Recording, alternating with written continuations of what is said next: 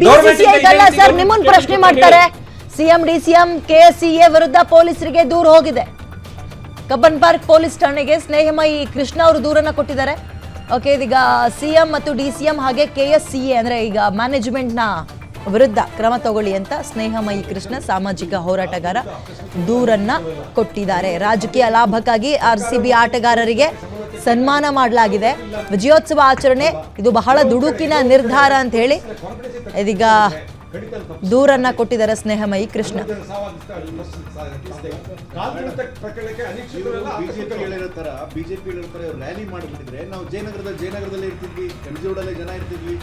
ಅದಕ್ಕೆ ಅವ್ರು ಒಪ್ಕೊಳ್ತಾರ, ಊರು ತುಂಬಾ ರ್ಯಾಲಿಗೆ ಅವ್ರು ಒಪ್ಕೋಬೇಕಲ್ಲ ಸರ್, ಒಪ್ಕೋಬೇಕಾಗಿತ್ತು. ಜನ ಒಂದೇ ಕಡೆ ಬಂದ್ಬಿಟ್ರು. ಮೆಟ್ರೋ ಕನೆಕ್ಟಿವಿಟಿ ಇದೆ. ಕಾಲ್ ತುಳಿತ ದುರಂತಕ್ಕೆ ಇದು ಆಕಸ್ಮಿಕವಲ್ಲ, ಅನಿರೀಕ್ಷಿತವಲ್ಲ.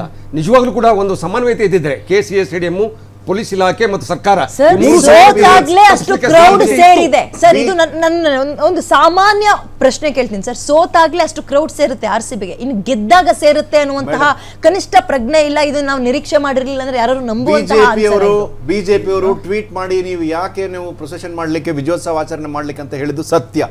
ಇದು ಮುಂಬೈನಲ್ಲಿ ಆಗಿರ್ತಕ್ಕಂಥ ಒಂದು ಘಟನೆ. ಏನಂತಂದ್ರೆ ಮುಂಬೈನಲ್ಲಿ ಕೂಡ ಅದೇ ರೀತಿ ದೊಡ್ಡ ಮಾಡೋದ್ರಿಂದ ಏನಾಗ್ತಿತ್ತು, ಎಲ್ಲ ಜನ ಒಂದೇ ಕಡೆ ಬರ್ತಿರ್ಲಿಲ್ಲ, ಜನಗಳ ಒಂದೇ ಕಡೆ ಬರ್ತಿರ್ಲಿಲ್ಲ. ಸರ್, ನಾನು ನಿಮ್ಮ ಹತ್ರ ಮಾತಾಡ್ತೀನಿ. ಕೃಷ್ಣ ಅವರೇ, ನನ್ನ ಧ್ವನಿ ಕೇಳಿಸ್ತಾ ಇದೆಯಾ? ನಮಸ್ತೆ ಸರ್. ಒಂದ್ ಸೆಕೆಂಡ್. ಸ್ನೇಹಮಯಿ ಕೃಷ್ಣ ಅವರೇ, ನನ್ನ ಧ್ವನಿ ಕೇಳಿಸ್ತಾ ಇದೆಯಾ? ನಮಸ್ತೆ. ನೀವೇನೋ ಕಂಪ್ಲೇಂಟ್ ಕೊಟ್ಟಿದ್ದೀರಿ ಅಂತ ಸುದ್ದಿ ಕೇಳ್ಪಟ್ವಿ. ಏನಂತ, ಯಾರ ವಿರುದ್ಧ ಕಂಪ್ಲೇಂಟ್ ಕೊಟ್ಟಿದ್ದೀರಿ ಸರ್? ಮೇಡಮ್, ಮುಖ್ಯಮಂತ್ರಿ ಸಿದ್ದರಾಮಯ್ಯ ಮತ್ತು ಉಪಮುಖ್ಯಮಂತ್ರಿ ಡಿ.ಕೆ. ಶಿವಕುಮಾರ್ ಮತ್ತೆ ಕರ್ನಾಟಕ ರಾಜ್ಯ ಕ್ರಿಕೆಟ್ ಮಂಡಳಿ ಪದಾಧಿಕಾರಿಗಳು ಇವರು ಮತ್ತೆ ಇತರ ವಿರುದ್ಧ ದೂರು ಕೊಟ್ಟಿದ್ದೀನಿ. ಯಾಕಂದ್ರೆ ನೆನ್ನೆ ಏನ್ ದುರಂತ ಆಗಿದೆ, 11 ಜನರ ಸಾವಾಗಿದೆ ಮತ್ತೆ 30ಕ್ಕೂ ಹೆಚ್ಚು ಜನ ಗಾಯ ಆಗಿದೆ.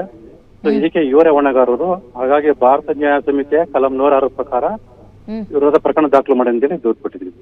ಓಕೆ, ನಿಮಗೆ ಈ ಇನ್ಸಿಡೆಂಟ್ ಏನ್ ಅನ್ಸುತ್ತೆ ಸರ್? ಆತುರದ ನಿರ್ಧಾರ ಅಂತ ಅನ್ಸುತ್ತಾ ಅಥವಾ ಹೇಗೆ? ಮೇಡಮ್, ಆದ್ರೆ ದಿಢೀರ್ ದುಡುಕಿನ ನಿರ್ಧಾರ ತಗೊಂಡಿದ್ರೆ ಮತ್ತೆ ನಿರ್ಲಕ್ಷ್ಯ ಮಾಡಿದ್ದಾರೆ. ಇವರು ಸರ್ಕಾರದಿಂದ ಮಾಡೋ ಅಗತ್ಯನೇ ಇರಲಿಲ್ಲ. ಆರ್ಸಿಬಿ ಅನ್ನೋದು ಅದೊಂದು ಖಾಸಗಿ ಸಂಸ್ಥೆಗೆ ಒಡೆತನದ ತಂಡ. ಮತ್ತೆ ನಮ್ಮ ಕರ್ನಾಟಕ ರಾಜ್ಯ ಪ್ರತಿನಿಧಿಸುವಂತ ತಂಡ ಅಲ್ಲ. ಹೀಗಾಗಿ ಒಂದು ಖಾಸಗಿ ಸಂಸ್ಥೆಗೆ ಸಂಬಂಧಪಟ್ಟ ತಂಡನ ಸನ್ಮಾನ ಮಾಡುವಂಥದ್ದು ಸರ್ಕಾರಿ ಕರ್ತವ್ಯ ಅಲ್ಲ. ನೋಡಿ, ಅನಂತ್ನಾಗ್ ಅವರು ಪದ್ಮವಿಭೂಷಣ ಪ್ರಶಸ್ತಿ ತಗೊಂಡ್ರು. ಅವ್ರಿಗೆ ಸನ್ಮಾನ ಮಾಡುವಂತ ಒಂದು ಸಣ್ಣ ಸೌಜನ್ಯ ತೋರಿಸಲಿಲ್ಲ. ಈ ಕ್ರಿಕೆಟ್ ತಂಡಕ್ಕೆ ಇಷ್ಟೊಂದು ಆದ್ಯತೆ ಕೊಟ್ಟು 11 ಜನರ ಸಾವಿಗೆ ಕಾರಣ ಆಗಿರೋದು ನಿಜಕ್ಕೂ ಘೋರ ದುರಂತ.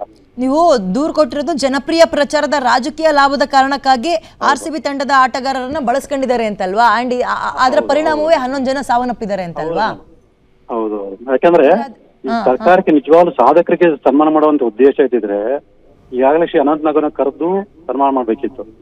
ಅವ್ರನ್ನ ಮಾಡಲ್ಲ. ಇವ್ರ ಪ್ರಚಾರಕ್ಕೋಸ್ಕರ ಮಧ್ಯರಾತ್ರಿ ಲಕ್ಷಾಂತರ ಜನ ಸೇರಿದ್ದು ನೋಡಿ ಆ ರಾಜ್ಯಕ್ಕೆ ಪ್ರಭಾವ ದುರ್ಬಳಕೆ ಮಾಡೋ ಉದ್ದೇಶದಿಂದ ಈ ಕಾರ್ಯಕ್ರಮ ಮಾಡೋದಂಥದ್ದು.